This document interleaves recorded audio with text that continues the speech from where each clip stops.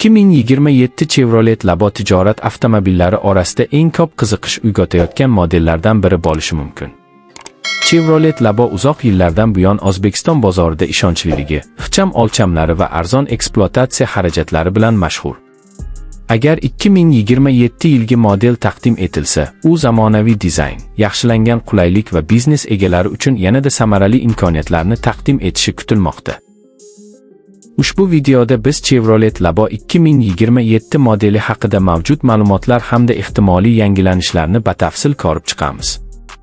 Avtomobilning old qismi zamonaviyroq bamper, yangilangan radiator panjarasi va yanada yorqin halogen yoki LED uslubidagi farlar bilan takomillashtirilishi mumkin.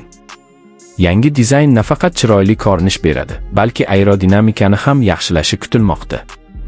Chevrolet Labo ixcham tashqi o'lchamlarga ega bo'lsa-da, yuk tashish imkoniyatlari bilan ajralib turadi.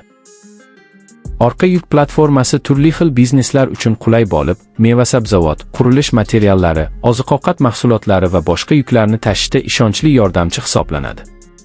Mavjud model 550 kilogrammgacha yuk tashishga mo'ljallangan.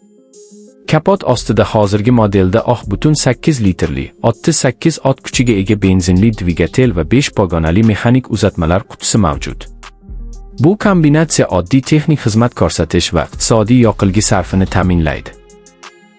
2027 yilgi versiyada esa dvigatel ekologik me'yorlarga mos ravishda yanada takomillashtirilishi yoki yoqilg'i samaradorligi oshirilishi mumkin, biroq bunday yangilanishlar hali rasmiy tasdiqlanmagan. Salon sodda, ammo amaliy bo'lishi kutilmoqda.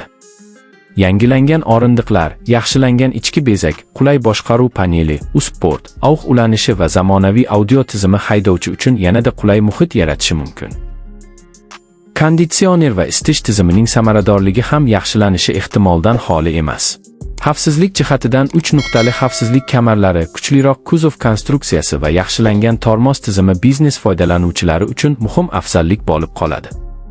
Mavjud modelda old disk va orqa baraban tormoz tizimi qo'llaniladi. Yoqilg'i tejamkorligi Chevrolet Laboning eng katta ustunliklaridan biridir.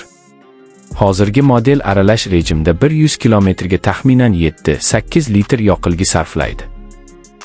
Shu sababli u kichik biznes, yetkazib berish xizmatlari va kundalik tijorat ishlari uchun juda qulay tanlov hisoblanadi. 2027 Chevrolet Labo narxi va rasmiy taqdimot sanasi hozircha e'lon qilinmagan.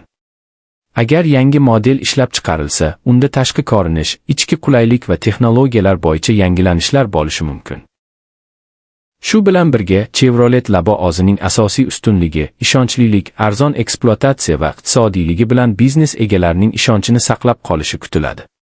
Agar siz yangi Chevrolet Labo haqida eng so'nggi yangiliklar, texnik xususiyatlar, narx, chiqish sanasi va batafsil sharhlarni bilishni istasangiz, ushbu videoni oxirigacha tomosha qiling. Videoga like bosing, izoh qoldiring va kanalimizga obuna bo'ling. Sizning fikringiz biz uchun juda muhim. Kelajakda yana eng yangi avtomobillar va tijorat transportlari haqidagi ishonchli ma'lumotlarni birgalikda kuzatamiz.